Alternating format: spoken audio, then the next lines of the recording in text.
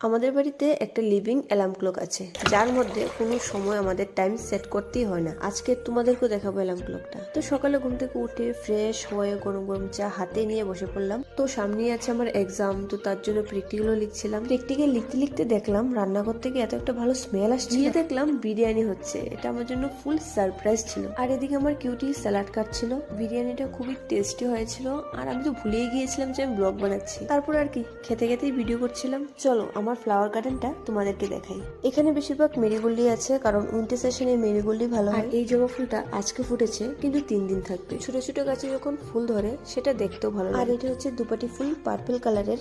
এটা দুইটা এনেছিলাম, একটা তো মরেই গেল। আর এই যে ছোট ছোট জবা ফুল গাছগুলিকে দেখছো, এগুলিকে প্রত্যেক বছর কেটে দিতে হয়, না হলে তার ফুলই ধরবে না। তো যাই হোক, আমাদের লিভিং অ্যালার্ম ক্লকটা হলো এই যে আমাদের পুচি, একদিনও মিস হবে না, ঠিক টাইমে প্রতিদিন অ্যালার্ম বাজবে। তো আজকের ব্লগটা এখানে শেষ করছি। Tata, bye bye.